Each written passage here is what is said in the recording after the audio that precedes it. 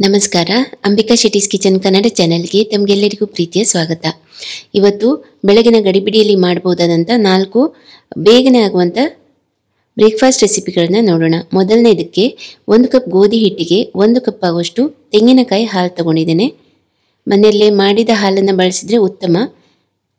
ಅದನ್ನ ಚೆನ್ನಾಗಿ ಒಮ್ಮೆ ಮಿಕ್ಸ್ ಮಾಡ್ಕೊಳ್ಬೇಕು. ಇದರಲ್ಲಿ ಗಂಟಿಲ್ಲದೆ ಇರೋ ಥರ ಮಿಕ್ಸ್ ಮಾಡ್ಕೊಳ್ಬೇಕು. ನಂತರ ಮತ್ತೆ ಇದು ಹಿಟ್ಟು ಗಟ್ಟಿ ಅಂತ ಅನಿಸಿದ್ರೆ, ನಾನಿಲ್ಲಿ ಮಾಡ್ತಾ ಇರೋದು ದೋಸೆ, ಹಾಗಾಗಿ ಹಿಟ್ಟಿನ ಸ್ಥಿರತೆ ಸ್ವಲ್ಪ ತೆಳ್ಳಗಿರಬೇಕು. ಮತ್ತೆ ನೀರು ಹಾಕೋ ಬದಲು ಮತ್ತೆ ಅರ್ಧ ಕಪ್ ತೆಂಗಿನ ಹಾಲನ್ನೇ ಹಾಕಬೇಕು. ಈ ದೋಸೆ ತುಂಬ ಮೃದುವಾಗಿ ಇರ್ತದೆ, ಸಾಫ್ಟ್ ಆಗಿ ಇರ್ತದೆ, ಯಾಕಂದರೆ ನಾವು ಕಾಯಿ ಹಾಲು ಹಾಕ್ತೇವೆ. ಕಾಯಿ ಹಾಲು ಹಾಕದೇ ಇದ್ದಾಗನೂ ಕೂಡ ಗೋಧಿ ದೋಸೆ ಮಾಡಿದಾಗ ತುಂಬ ಸಾಫ್ಟಾಗಿಯೇ ಬರ್ತದೆ. ಇದಂತೂ ಇನ್ನೂ ಚೆನ್ನಾಗಿರ್ತದೆ ರುಚಿ. ಹಿಟ್ಟಿನ ಸ್ಥಿರತೆ ಇಷ್ಟಿದ್ರೆ ಸಾಕು. ಅರ್ಧ ಚಮಚ ಜೀರಿಗೆ, 1 ಚಮಚ ಹೆಚ್ಚಿರೋ ಹಸಿ ಶುಂಠಿ, 1 ಹಸಿಮೆಣಸಿನಕಾಯಿ ಸಣ್ಣಗೆ ಹೆಚ್ಚಿರೋದನ್ನು ಹಾಕಿದ್ದೇನೆ. ಜೊತೆಗೆ ಒಂದು ಅರ್ಧ ಕಪ್ ಆಗುವಷ್ಟು ಸಣ್ಣಗೆ ಹೆಚ್ಚಿರುವ ಕೊತ್ತಂಬರಿ ಸೊಪ್ಪು, ಹಾಗೆ ರುಚಿಗೆ ತಕ್ಕಷ್ಟು ಉಪ್ಪು, ಅರ್ಧ ಚಮಚ ಉಪ್ಪು ಹಾಕಿದ್ದೇನೆ ನಾನಿಲ್ಲಿ. ಎಲ್ಲವನ್ನು ಪುನಃ ಚೆನ್ನಾಗಿ ಕಲಿಸ್ಕೊಳ್ಬೇಕು. ತಕ್ಷಣಕ್ಕೆ ಮಾಡುವಂಥ ತಿನಿಸು ಇದು. ಕಾಯಿ ಹಾಲು ಮಾತ್ರ ತೆಗಿಲಿಕ್ಕೆ ಸ್ವಲ್ಪ ಸಮಯ ತಗೊಳ್ಬೋದು. ಕಾಯಿನ ತುರಿಬೇಕು, ಮಿಕ್ಸಿಗೆ ಹಾಕಿ ಕಾಯಿ ಹಾಲು ಹಿಂಡಬೇಕು ಅಷ್ಟೇ. ಕಾವಲಿ ಚೆನ್ನಾಗಿ ಬಿಸಿ ಆದಮೇಲೆ ನಾನಿಲ್ಲಿ ದೋಸೆ ಹಿಟ್ಟನ್ನು ಹಾಕ್ತಾ ಇದ್ದೇನೆ. ನಾನ್ ಸ್ಟಿಕ್ ಕಾವಲಿ ಬಳಸದೇ ಇರುವವರು, ಕಬ್ಬಿಣದ ಕಾವಲಿ ಏನಾದರೂ ಬಳಸಿದ್ದಿದ್ರೆ ಮೊದಲೇ ಸ್ವಲ್ಪ ಎಣ್ಣೆ ಹಾಕ್ಕೊಳ್ಳಿ, ನಂತರ ದೋಸೆ ಹುಯ್ಬೇಕು. ನಾನಿಲ್ಲಿ ನಾನ್ ಸ್ಟಿಕ್ ಬಳಸಿದ್ದೇನೆ ಇವತ್ತು, ಹಾಗಾಗಿ ಮೊದಲೇ ಹಿಟ್ಟನ್ನು ಹಾಕಿ ಕೊನೆಯಲ್ಲಿ ಸ್ವಲ್ಪ ಎಣ್ಣೆ ಹಾಕಿದ್ದೇನೆ. ಮಧ್ಯಮ ಉರಿಯಲ್ಲಿ ಚೆನ್ನಾಗಿ ಬೇಯಿಸ್ಕೊಳ್ಬೇಕು, ಬೇಗ ಬೇಯ್ತದೆ ಕೂಡ. ಬಹಳ ದಿಢೀರನೇ ಆಗುವಂಥ ದೋಸೆ ರೆಸಿಪಿ. ರಾತ್ರಿ ಊಟ ಸ್ವಲ್ಪ ಬೇಗನೆ ಊಟ ಮಾಡುವ ಅಭ್ಯಾಸ ಇರುವವರು ಇದನ್ನು ರಾತ್ರಿ ಊಟಕ್ಕೂ ಕೂಡ ಮಾಡ್ಕೊಳ್ಬೋದು.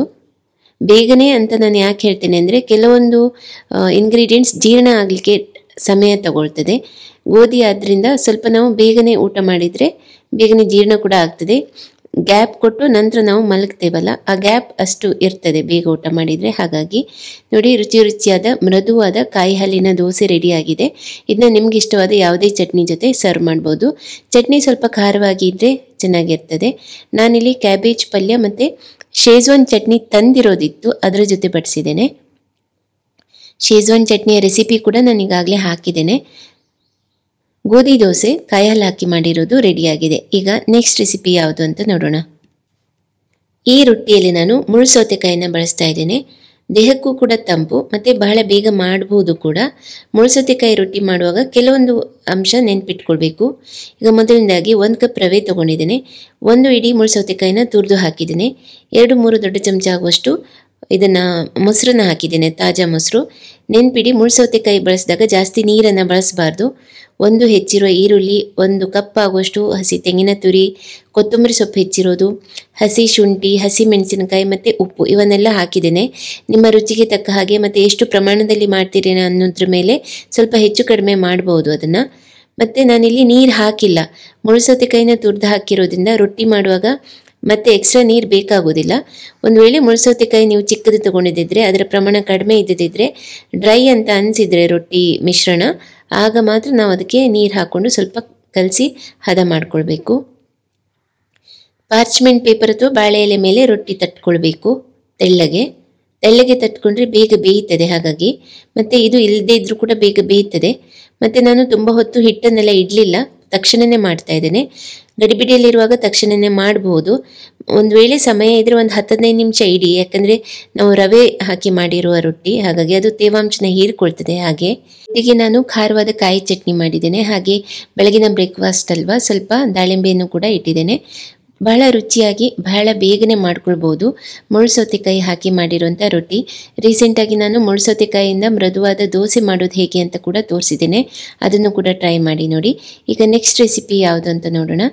ದಿಢೀರಾಗಿ ಮಸಾಲೆ ದೋಸೆ ಮಾಡೋಣ. ಒಂದೇ ಅಂದರೆ ಈ ದೋಸೆಗೆ ಆಲೂ ಬಾಜಿ ಒಂದು ತಯಾರು ಮಾಡ್ಕೊಳ್ಬೇಕು. ಒಂದು 10-15 ನಿಮಿಷ ತಗೊಳ್ಬೋದು ಅದಕ್ಕೆ. ಇಲ್ಲಿ ದೋಸೆ ಹಿಟ್ಟಿಗೆ 1 ಕಪ್ ರವೆಗೆ ಅರ್ಧ ಕಪ್ ಅಕ್ಕಿ ಹಿಟ್ಟು, 1/4 ಕಪ್ ಮೈದಾ ಹಿಟ್ಟು ಹಾಕಿದ್ದೇನೆ. ಮೈದಾ ಹಿಟ್ಟಿನ ಬದಲು ಗೋಧಿ ಹಿಟ್ಟು ಬಳಸ್ಬೋದು. 1/4 ಚಮಚ ಉಪ್ಪು ಹಾಕಿದ್ದೇನೆ. 1 ಚಮಚ ಸಣ್ಣಗೆ ಹೆಚ್ಚಿರುವ ಹಸಿ ಶುಂಠಿ ಇದೆ. ಸ್ವಲ್ಪ ಸಣ್ಣಗೆ ಹೆಚ್ಚಿರುವ ಕೊತ್ತಂಬರಿ ಸೊಪ್ಪಿದೆ. ಅರ್ಧ ಚಮಚ ಜೀರಿಗೆ ಹಾಕಿದ್ದೇನೆ. ಎಲ್ಲವನ್ನು ಮೊದಲು ಕಲಿಸ್ಕೊಳ್ತಾ ಇದ್ದೇನೆ. ಈಗ ಇದಕ್ಕೆ ನೀರು ಎಷ್ಟು ಬೇಕು ಅಂತ ನೋಡಿಕೊಂಡು ಹಾಕ್ತಾ ಇದ್ದೇನೆ.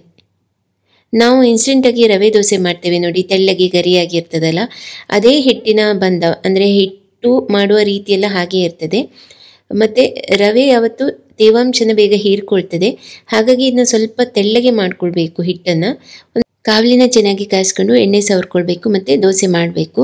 ನಾನು ದೋಸೆ ಮೇಲ್ಗಡೆ ಉದ್ದುವಂಥ ಚಟ್ನಿ ರೆಸಿಪಿನ ಇದರಲ್ಲಿ ಇನ್ಕ್ಲೂಡ್ ಮಾಡಿಲ್ಲ, ಆಲೂಗಡ್ಡೆ ಬಾಜಿನೂ ತೋರಿಸಿಲ್ಲ, ಯಾಕಂದರೆ ಈಗಾಗಲೇ ಹಲವಾರು ಬಾರಿ ನಾನು ಅದನ್ನ ತೋರಿಸಿದ್ದೇನೆ ಕೂಡ. ಮೇಲ್ಗಡೆ ಉದ್ದುವ ಚಟ್ನಿ ಟೊಮ್ಯಾಟೊ ಚಟ್ನಿ ಆದರೂ ಆಗ್ತದೆ, ಮತ್ತು ಬೆಳ್ಳುಳ್ಳಿ ಚಟ್ನಿ ಆದರೂ ಆಗ್ತದೆ. ಸ್ವಲ್ಪ ಖಾರ ಇರಬೇಕು. ಮಸಾಲೆ ದೋಸೆ ಭಾಜಿನೂ ಅಷ್ಟೇ ಸಿಂಪಲ್ಲಾಗಿ ಮಾಡ್ಕೊಳ್ಬೋದು.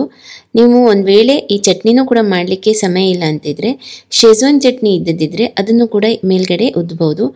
ಇಲ್ಲ ಮಸಾಲೆ ದೋಸೆನ ಈಗ ಮೈಸೂರು ಮಸಾಲೆ ದೋಸೆ ಆದರೆ ಮಾತ್ರ ಮೇಲ್ಗಡೆ ಚಟ್ನಿ ಉದ್ದುತ್ತೇವೆ, ಇಲ್ಲ ಅಂದರೆ ನಾವು ಡೈರೆಕ್ಟಾಗಿ ಹಾಗೆ ಭಾಜಿ ಇಡ್ತೇವೆ, ಹಾಗೆ ಮಾಡಿದರೂ ನಡೀತದೆ. ನಾನು ಚಟ್ನಿ ಮಾಡಿಕೊಂಡಿದ್ದೆ, ಹಾಗಾಗಿ ಅದನ್ನ ಸವರಿ ನಂತರ ಆಲೂ ಭಾಜಿ ಮಾಡಿರೋದನ್ನು ಮಧ್ಯದಲ್ಲಿ ಇಟ್ಟಿದ್ದೇನೆ. ಇದನ್ನು ಕೊಕೊನಟ್ ಚಟ್ನಿ ಅಂದರೆ ಕಾಯಿ ಚಟ್ನಿ ಅಥವಾ ಸಾಂಬಾರ್ ಜೊತೆ ಸರ್ವ್ ಮಾಡ್ಬೋದು, ಆದರೆ ಕಾಯಿ ಚಟ್ನಿ ಇಲ್ಲದೇ ಇದ್ರೂ ತಿನ್ಬೋದು ಇದು, ಯಾಕೆಂದರೆ ಒಳಗಡೆ ಚಟ್ನಿ ಉದ್ದಿದ್ದೇವೆ, ಭಾಜಿ ಇದೆ, ಬಹಳ ರುಚಿಯಾಗಿರ್ತದೆ. ದಿಢೀರಾಗಿ ರವೆ ಮಸಾಲೆ ದೋಸೆ ಹೇಗೆ ಮಾಡೋದಂತ ತೋರಿಸಿದ್ದೇನೆ. ಈಗ ನೆಕ್ಸ್ಟ್ ರೆಸಿಪಿ ಯಾವುದನ್ನು ನೋಡೋಣ. ಇನ್ಸ್ಟೆಂಟ್ ಬ್ರೇಕ್ಫಾಸ್ಟ್ ಆಪ್ಷನ್ ಇನ್ನೊಂದೇನೆಂದರೆ ರಾಗಿ ರೊಟ್ಟಿ.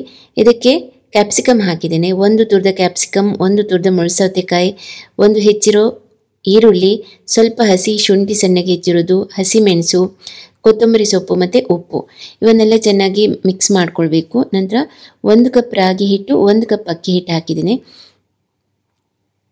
ಹಸಿಮೆಣಸಿನಕಾಯಿ ಪ್ರಮಾಣ ಸ್ವಲ್ಪ ಕಡಿಮೆ ಮಾಡ್ಕೊಳ್ಬೋದು, ಕ್ಯಾಪ್ಸಿಕಮ್ ಕೆಲವುದು ಖಾರ ಇರ್ತದೆ, ಹಾಗಾಗಿ ತಾಜಾ ಮೊಸರು ಹಾಕಬೇಕು 1 ಕಪ್.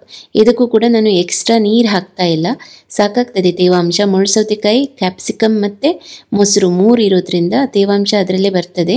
ಚೆನ್ನಾಗಿ ನೀವು ಪಾರ್ಚ್ಮೆಂಟ್ ಪೇಪರ್ ಇಟ್ಕೊಂಡು ರೊಟ್ಟಿ ತಟ್ಟಿ ನಂತರ ಇಲ್ಲಿ ಹಾಕ್ಬೋದು, ಅಥವಾ ಡೈರೆಕ್ಟಾಗಿ ನಾನು ಮಾಡ್ತಿರೋ ಹಾಗೆ ಕಾವಲಿ ಮೇಲೆ ಕೂಡ ಮಾಡ್ಬೋದು. ಇದಕ್ಕೂ ಅಷ್ಟೇ ಖಾರವಾದ ಯಾವುದೇ ಚಟ್ನಿ ಚೆನ್ನಾಗಿರ್ತದೆ. ನಾನು ಗೋಡಂಬಿ ಚಟ್ನಿ ಮಾಡಿದ್ದೆ ಇದಕ್ಕೆ. ಈ ಗೋಡಂಬಿ ಚಟ್ನಿ ರೆಸಿಪಿನೂ ಕೂಡ ನಾನು ಈಗಾಗಲೇ ಶೇರ್ ಮಾಡಿದ್ದೇನೆ.